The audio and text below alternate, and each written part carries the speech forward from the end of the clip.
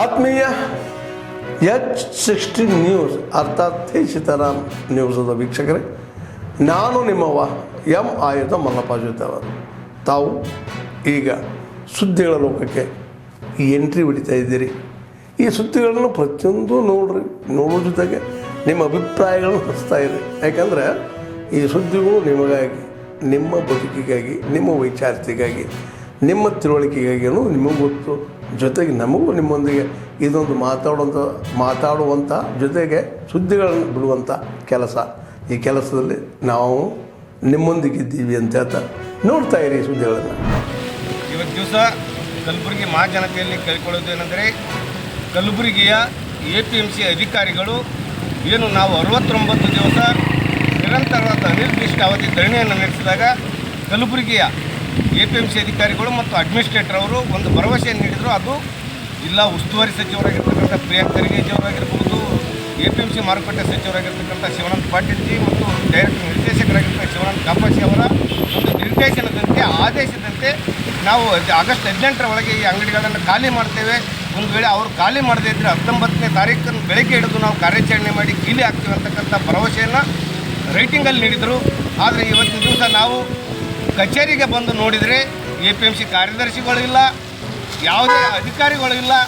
ಸಹ ಕಾರ್ಯದರ್ಶಿಗಳಿಗೆ ಕೇಳಿದರೆ ಅವ್ರು ಹೇಳ್ತಾರೆ ಕಾರ್ಯದರ್ಶಿಗಳು ವಿಸಿಟಿಂಗ್ ಹೋಗಿದ್ದಾರೆ ಅಂತಕ್ಕಂಥ ಮಾತನ್ನು ಹೇಳ್ತಾ ಇದ್ದಾರೆ. ಆದರೆ ಕಾರ್ಯದರ್ಶಿಗಳಿಗೆ ಫೋನ್ ಮಾಡಿದರೆ ನಾನು ಅಡ್ವೊಕೇಟ್ ಬಳಿ ಬಂದಿನಿ ಅಂತ ಹೇಳ್ತಾ ಇದ್ದಾರೆ.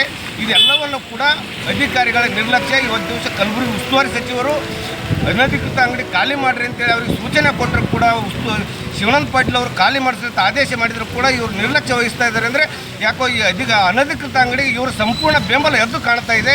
ಹಾಗಾಗಿ ಕೂಡಲೇ ಈ ಅಧಿಕಾರಿಗಳನ್ನು ಸಸ್ಪೆಂಡ್ ಮಾಡಬೇಕು. ಮತ್ತು ಈ ಅಧಿಕಾರಿಗಳ ವಿರುದ್ಧವಾಗಿ ನಾನು ಕೂಡ ಕಂಪ್ಲೇಂಟ್ ಮಾಡ್ತಾ ಇದ್ದೀನಿ. ಅದರ ಜೊತೆಗೆ ಇವತ್ತು ದಿವಸ ಖಾಲಿ ಮಾಡೋದನ್ನು ಬಿಟ್ಟು ಈ ಕಾಲಹರಣ ಮಾಡ್ತಕ್ಕಂಥ ಈ ಅಧಿಕಾರಿಗಳ ಮೇಲೆ ಕೂಡಲೇ ಕಾಂಗ್ರೆಸ್ ಸರ್ಕಾರ ಈ ಅಧಿವೇಶನದಲ್ಲಿ ಕ್ರಮ ಕೈಗೊಳ್ಳುವಂಥ ಕೆಲಸ ಮಾಡಬೇಕು. ಈ ಅನಧಿಕೃತ ಅಂಗಡಿಗಳಿಂದ ಇವ್ರಿಗೆ ಏನಾದರೂ ಮಾಮೂಲಿ ಬರ್ತಾ ಇದೆ ಅಂತಕ್ಕಂಥದ್ದು ಗಂಟು ತುಂಬ ಚರ್ಚೆ ನಡೀತಾ ಇದೆ. ಅದನ್ನು ಕೂಡ CBI ತನಿಖೆ ಆಗ್ಬೇಕಂತೇಳಿ ನಾನು ಆಗ್ರಹ ಮಾಡ್ತಾ ಇದ್ದೀನಿ. ಈ ಅಧಿಕಾರಿಗಳು ಇವತ್ತು ಕಚೇರಿ ಬೆಳೆದಿದ್ದು ಕೆಲಸ ಮಾಡೋದು ಬಿಟ್ಟು ಕಾಲಹರಣ ಮಾಡುತ್ತಿರುವುದು ಈ ಅನಧಿಕೃತ ಅಂಗಡಿಗಳವರಿಗೆ ಸಂಪೂರ್ಣ ಬೆಂಬಲ ಅಧಿಕಾರಿಗಳದ್ದೇ ಇದೆ ಅಂತಕ್ಕಂಥ ಮಾತನ್ನು ನೇರವಾಗಿ ಆರೋಪ ಮಾಡ್ತಾ ಇದ್ದೀನಿ. ಇದರ ಬಗ್ಗೆ ತನಿಖೆ ಕೂಡ ನಾನು ಕೂಡಲೇ ನಾಳೆನೇ ಬೆಂಗಳೂರಿಗೆ ಹೋಗಿ ಇವರೆಲ್ಲರ ಮೇಲೆ ಕ್ರಮ ಕೈಗೊಳ್ಳೋದಕ್ಕೆ ನಾನು ಹೋರಾಟವನ್ನು ಮಾಡ್ತಾ ಇದ್ದೀನಿ, ಆಗ್ರಹವನ್ನು ಮಾಡ್ತಾ ಇದ್ದೀನಿ, ಕಂಪ್ಲೇಂಟ್ ಕೊಡ್ತಾ ಇದ್ದೀನಿ, ಲೋಕಾಯುಕ್ತಕ್ಕೂ ಕೂಡ ದೂರ ಕೊಡ್ತಾ ಇದ್ದೀನಿ. ಹಾಗಾಗಿ ಆ ಅಧಿಕಾರಿಗಳು ಇಲ್ಲಿ ಬರೋವರೆಗೂ ನಾವಿಲ್ಲಿಂದ ಕದೋಲುವುದಿಲ್ಲ. ಈ ಮಳೆ ಬರಲಿ, ಚಳಿ ಬರಲಿ, ಏನೇ ಬಂದರೂ ಕೂಡ ಈ ಅನಧಿಕೃತ ಅಂಗಡಿಗೆ ಬೆಂಬಲವಾಗಿರುವಂಥ ಅಧಿಕಾರಿಗಳಿಗೆ ಪಾಠ ಕಲಿಸುವವರೆಗೂ ಕಲಬುರಗಿ ಜನತೆಗೆ ಭರವಸೆ ಕೊಡ್ತಾ ಇದ್ದೀನಿ. ನಿದ್ರಿಸುವುದಿಲ್ಲ, ಊಟನ ಬಿಡುತ್ತೆ ಅಂತಕ್ಕಂಥ ಮಾತನ್ನು ಹೇಳಕ್ಕೆ ಇಷ್ಟ. ಸಂಸ್ಕೃತಿ ಅಭಿಯಾನ 2025 ಸೆಪ್ಟೆಂಬರ್ 1ನೇ ತಾರೀಕಿನಿಂದ ಅಕ್ಟೋಬರ್ 1ನೇ ತಾರೀಕಿನವರೆಗೆ ಈ ಒಂದು ಬಸವ ಸಂಸ್ಕೃತಿ ಅಭಿಯಾನ ಪ್ರಾರಂಭವಾಗಲಿದ್ದು, ಈ ಒಂದು ಅಭಿಯಾನದಲ್ಲಿ ನೂರಾರು ಜನ ಬಸವಾಭಿಮಾನಿಗಳು ಮತ್ತು ಮಠಾಧೀಶರು ಈ ಒಂದು ಅಭಿಯಾನದಲ್ಲಿ ಭಾಗವಹಿಸಲಿದ್ದಾರೆ. ಕಲಬುರಗಿ ನಗರಕ್ಕೆ ಬರ್ತಕ್ಕಂಥ 2ನೇ ತಾರೀಕಿನ ದಿವಸ ಕಲಬುರಗಿ ನಗರಕ್ಕೆ ಈ ಒಂದು ಅಭಿಯಾನ ಆಗಮಿಸಲಿದ್ದು, ಈ ಒಂದು ಅಭಿಯಾನಕ್ಕೆ ಕಲಬುರಗಿಯ ಎಲ್ಲ ಸಾರ್ವಜನಿಕರು ಇವತ್ತು ಸಹಕಾರ ನೀಡಬೇಕು ಅಂತೇಳಿ ತಮ್ಮ ಮುಖಾಂತರ ವಿನಂತಿಯನ್ನು ಕೂಡ ಮಾಡ್ಕೊಳ್ತಾ ಇದ್ದೀನಿ. ಈ ಒಂದು ಬಸವ ಸಂಸ್ಕೃತಿ ಅಭಿಯಾನದ ವಿಶೇಷ ಏನು ಅಂತಂದರೆ, ಬಸವಾದಿ ಶಿವಶರಣರ ತತ್ವಾದರ್ಶಗಳನ್ನು ಜನಮನದಲ್ಲಿ ಬಿತ್ತುವ ಒಂದು ಒಳ್ಳೆಯ ವಿಚಾರವನ್ನು ಈ ಒಂದು ಕಾರ್ಯಕ್ರಮ ಹೊಂದಿದ್ದು, ವಿಶೇಷವಾಗಿ ಅವತ್ತಿನ ದಿವಸ ನಮ್ಮ ಈ ಒಂದು ಶರಣಬಸವೇಶ್ವರ ಸೆಂಟಿನರಿ ಹಾಲ್ನಲ್ಲಿ ಭವ್ಯವಾಗಿರ್ತಕ್ಕಂಥ ಕಾರ್ಯಕ್ರಮ ನೆರವೇರಲಿದ್ದು, ಅಲ್ಲಿ ಸುಮಾರು 50 ಜನ ಮಠಾಧೀಶರು ಆ ಕಾರ್ಯಕ್ರಮದಲ್ಲಿ ಭಾಗವಹಿಸಲಿದ್ದಾರೆ. ಅಲ್ಲಿ ಒಂದು ನಾಟಕ ಜಂಗಮದೆಡೆಗೆ ಅಂತಕ್ಕಂಥ ನಾಟಕ ಪ್ರದರ್ಶನ ಇರುತ್ತೆ. ಮತ್ತು ಅದರ ಜೊತೆಗೆ ವಿದ್ಯಾರ್ಥಿಗಳು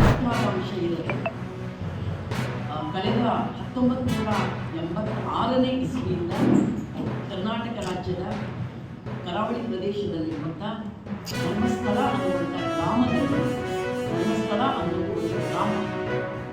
ಧರ್ಮಸ್ಥಳ ಅನ್ನುವಂಥ ಗ್ರಾಮದಲ್ಲಿ ನೇತ್ರಾವತಿ ನದಿ ಮತ್ತು ಅದರ ಸುತ್ತಮುತ್ತ ನಡೆದಂಥ ಅನೇಕ ಸಾವುಗಳು, ಅಸಹಜ ಸಾವುಗಳು, ಅತ್ಯಾಚಾರಗಳು, ಕೊಲೆಗಳು, ಅದರಲ್ಲಿ ಎಸ್ಪೆಷಲಿ ಯುವತಿ, ಹೆಣ್ಣುಮಕ್ಕಳು ಮತ್ತು ಸಣ್ಣ ಮಕ್ಕಳು ಮತ್ತು ಸಾಮಾನ್ಯ ಜನ ಇವರ ಅಸಂಖ್ಯ ಅಸಹಜ ಸಾವುಗಳನ್ನು ಸಂಬಂಧಪಟ್ಟ ಸಂಬಂಧಪಟ್ಟಂಗೆ ಇವತ್ತು ಪತ್ರಿಕಾಗೋಷ್ಠಿಯನ್ನು ನಡೆಸ್ತಾ ಇದ್ದೀವಿ.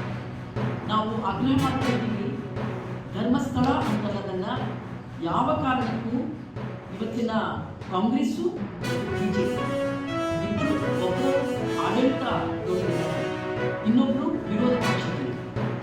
ಆದರೆ ಆಡಳಿತ ಪಕ್ಷದಲ್ಲಿ ಇರುವಂಥ ಡಿ.ಕೆ. ಶಿವಕುಮಾರ್, ಲಕ್ಷ್ಮೀ ಹೆಬ್ಬಾಳ್ಕರ್ ಇವರು ಮತ್ತು ವಿರೋಧ ಪಕ್ಷದಲ್ಲಿರುವಂಥ ಆರ್. ಅಶೋಕ್ ಆದಿಯಾಗಿ ಬಿಜೆಪಿಯವರು ಇವತ್ತು ಕರ್ನಾಟಕದ ಜನರಿಗೆ ದಿಕ್ಕು ತಪ್ಪಿಸುವಂಥ ಏನು ದಿಕ್ಕು ತಪ್ಪಿಸುವ ಹೇಳಿಕೆ, ಅಲ್ಲಿ ನಡೆದಂಥ ಅತ್ಯಾಚಾರ ಕೊಲೆಗಳ ಸಂಬಂಧಪಟ್ಟಂತೆ ತನಿಖೆ ನಡೀಬೇಕು ಅಂತ ಹೋರಾಟಗಾರರ, ಸಾಮಾನ್ಯ ಜನತೆಯ, ಅನೇಕ ಮಾಧ್ಯಮ ಮಿತ್ರರ ಆಗ್ರಹ ಇದ್ದ ಇವರು ಧರ್ಮಸ್ಥಳದ ಮೇಲ, ಧರ್ಮಸ್ಥಳದ ಪಾವಿತ್ರ್ಯತೆ ಮೇಲ ದಾಳಿ ಮಾಡಲತ್ತಲ್ಲ, ಅಪವಿತ್ರ ಮಾಡಲತ್ತಲ್ಲ ಅಂತನ್ನುವ ಭಾವನಾತ್ಮಕ ಅಂಶವನ್ನು ಎತ್ತಿದ್ದಾರೆ. ಡಿ.ಕೆ. ಶಿವಕುಮಾರ್ ಅವರು ಷಡ್ಯಂತ್ರ ಮಾಡ್ತಾ ಇದ್ದಾರೆ ಧರ್ಮಸ್ಥಳದ ವಿರುದ್ಧ. ಧರ್ಮಸ್ಥಳ ಅಂತ ಹೇಳಿದ್ರೆ ಅವರು ದೇವಸ್ಥಾನ ಅನ್ನುವ ಭಾಷೆಯಲ್ಲಿ ಹೇಳಿದ್ದಾರೆ. ಮತ್ತು ಧರ್ಮಸ್ಥಳದ ದೇವಸ್ಥಾನದ ಮುಖ್ಯಸ್ಥರಾದಂಥ ವೀರೇಂದ್ರ ಹೆಗ್ಗಡೆ ಮತ್ತು ದೇವಸ್ಥಾನ, ಧರ್ಮಸ್ಥಳ, ಧರ್ಮ ಇವಿಷ್ಟೂ ಸಹಿತ ಯಾರು ಪ್ರಶ್ನಿಸಬಾರ್ದು, ಇವರು ವಿರುದ್ಧ ಷಡ್ಯಂತ್ರ ಮಾಡ್ತಾ ಇದ್ದಾರಾ ಅನ್ನೋ ರೀತಿಯಲ್ಲಿ ಇವತ್ತು ಡಿ.ಕೆ. ಶಿವಕುಮಾರ್ ಮತ್ತು ಲಕ್ಷ್ಮೀ ಹೆಬ್ಬಾಳ್ಕರ್ ಮಾಡ್ತಾರೆ. ಬಿಜೆಪಿಯವರಂತೂ ಹೌದೇ ಹೌದು ಈ ರೀತಿ ಮಾಡ್ತಾರೆ. CPIM ಪಕ್ಷ ಪ್ರಶ್ನೆ ಮಾಡ್ತಾರೆ, ಡಿ.ಕೆ. ಶಿವಕುಮಾರ್ ಕರ್ನಾಟಕ ರಾಜ್ಯ ಸರ್ಕಾರವೇ ಅಲ್ಲಿಯ 1986ನೇ ಇಸ್ವಿಯಿಂದ ಕರ್ನಾಟಕ ರಾಜ್ಯದ ಕರಾವಳಿ ಪ್ರದೇಶದಲ್ಲಿರುವಂಥ ಧರ್ಮಸ್ಥಳ ಅನ್ನುವಂಥ ಗ್ರಾಮದಲ್ಲಿ, ಧರ್ಮಸ್ಥಳ ಅನ್ನೋದು ಒಂದು ಗ್ರಾಮ, ಧರ್ಮಸ್ಥಳ ಅನ್ನುವಂಥ ಗ್ರಾಮದಲ್ಲಿ ನೇತ್ರಾವತಿ ನದಿ ಮತ್ತು ಅದರ ಸುತ್ತಮುತ್ತ ನಡೆದಂಥ ಅನೇಕ ಸಾವುಗಳು, ಅಸಹಜ ಸಾವುಗಳು, ಅತ್ಯಾಚಾರಗಳು, ಕೊಲೆಗಳು, ಅದರಲ್ಲಿ ಎಸ್ಪೆಷಲಿ ಯುವತಿ, ಹೆಣ್ಣು ಮಕ್ಕಳು ಮತ್ತು ಸಣ್ಣ ಮಕ್ಕಳು ಮತ್ತು ಸಾಮಾನ್ಯ ಜನ ಇವರ ಅಸಂಖ್ಯ ಅಸಹಜ ಸಾವುಗಳನ್ನು ಸಂಬಂಧಪಟ್ಟಂಗೆ ಇವತ್ತು ಪತ್ರಿಕಾಗೋಷ್ಠಿಯನ್ನು ನಡೆಸ್ತಾ ಇದ್ದೀವಿ. ನಾವು ಆಗ್ರಹ ಮಾಡ್ತಾ ಇದ್ದೀವಿ, ಧರ್ಮಸ್ಥಳ ಅಂತನ್ನೋದನ್ನು ಯಾವ ಕಾರಣಕ್ಕೂ ಇವತ್ತಿನ ಕಾಂಗ್ರೆಸ್ಸು ಮತ್ತು BJP ಇಬ್ಬರು, ಒಬ್ಬರು ಆಡಳಿತದೊಳಗಿದ್ದಾರೆ, ಇನ್ನೊಬ್ಬರು ವಿರೋಧ ಪಕ್ಷದಲ್ಲಿದ್ದಾರೆ. ಆದರೆ ಆಡಳಿತ ಪಕ್ಷದಲ್ಲಿ ಇರುವಂಥ ಡಿ.ಕೆ. ಶಿವಕುಮಾರ್, ಲಕ್ಷ್ಮೀ ಹೆಬ್ಬಾಳ್ಕರ್ ಇವರು ಮತ್ತು ವಿರೋಧ ಪಕ್ಷದಲ್ಲಿರುವಂಥ ಆರ್. ಅಶೋಕ್ ಆದಿಯಾಗಿ BJPಯವರು ಇವತ್ತು ಕರ್ನಾಟಕದ ಜನರಿಗೆ ದಿಕ್ಕು ತಪ್ಪಿಸುವಂಥ ಹೇಳಿಕೆಯನ್ನು ಅವರು ಕೊಡ್ತಾ ಇದ್ದಾರೆ. ಏನು ದಿಕ್ಕು ತಪ್ಪಿಸುವ ಹೇಳಿಕೆ? ಅಲ್ಲಿ ನಡೆದಂಥ ಅತ್ಯಾಚಾರ, ಕೊಲೆಗಳ ಸಂಬಂಧಪಟ್ಟಂಗೆ ತನಿಖೆ ನಡಿಬೇಕು ಅಂತ ಹೋರಾಟಗಾರರ, ಸಾಮಾನ್ಯ ಜನತೆಯ, ಅನೇಕ ಮಾಧ್ಯಮ ಮಿತ್ರರ ಆಗ್ರಹ ಇದ್ರ ಇವರು ಧರ್ಮಸ್ಥಳದ ಮೇಲ, ಧರ್ಮಸ್ಥಳದ ಪಾವಿತ್ರ್ಯತೆ ಮೇಲ ದಾಳಿ ಮಾಡ್ಲತ್ತಾರ, ಅಪವಿತ್ರ ಮಾಡ್ಲತ್ತಾರ ಅಂತನ್ನುವ ಭಾವನಾತ್ಮಕ ಅಂಶವನ್ನು ಎತ್ತಿ ಹೇಳತ್ತಾರೆ. ಡಿ.ಕೆ. ಶಿವಕುಮಾರ್ ಅವರು ಷಡ್ಯಂತ್ರ ಮಾಡ್ತಾ ಇದ್ದಾರೆ ಧರ್ಮಸ್ಥಳದ ವಿರುದ್ಧ. ಧರ್ಮಸ್ಥಳ ಅಂತ ಹೇಳಿದ್ರೆ ಅವರು ದೇವಸ್ಥಾನ ಅನ್ನುವ ಭಾಷೆಯಲ್ಲಿ ಹೇಳತ್ತಾರೆ. ಆದ್ಮೇಲೆ ಎಲ್ಲ ಸುದ್ದಿಗಳನ್ನು ನೋಡಿದ್ರಲ್ಲ, ಏನು ಅನಿಸ್ತು ನಿಮಗೆ? ಇದರಲ್ಲೇ ನಿಮ್ಗೆ ಲೈಕ್ ಆಗಿರ್ಬೋದು, ಡಿಸ್ಲೈಕು ಆಗಿರ್ಬೋದು, ಕಾಮೆಂಟ್ ಬೇಡಪ್ಪ ಅಂತ ಅನಿಸಿರ್ಬೋದು, ಕಾಮೆಂಟ್ ಮಾಡಬೇಕಪ್ಪ ಅನಿಸಿರ್ಬೋದು, ಶೇರ್ ಮಾಡಬಾರ್ದಪ್ಪ ಅನಿಸಿರ್ಬೋದು, ಅದು ಮಾಡಬೇಕು ಅನಿಸಿರ್ಬೋದು. ಏನಾದರೂ ಆಗಲಿ ಶೇರ್ ಮಾಡ್ತಾಯಿರಿ, ಈ ನ್ಯೂಸ್ಗಳನ್ನ ಹಂಚ್ತಾ ಇರಿ, ಜೊತೆಗೆ ಇದಕ್ಕೆ ಸಬ್ಸ್ಕ್ರೈಬ್ ಆಗ್ತಾಯಿರಿ ಅಂತ ಹೇಳ್ತಾ H16 ನ್ಯೂಸ್ ಅರ್ಥಾತ್ ಹೇ ಸೀತಾರಾಮ್, ಇದು ಸತ್ಯದ ಕೈಗೆ ನಡಿ. ವಂದನೆಗಳು.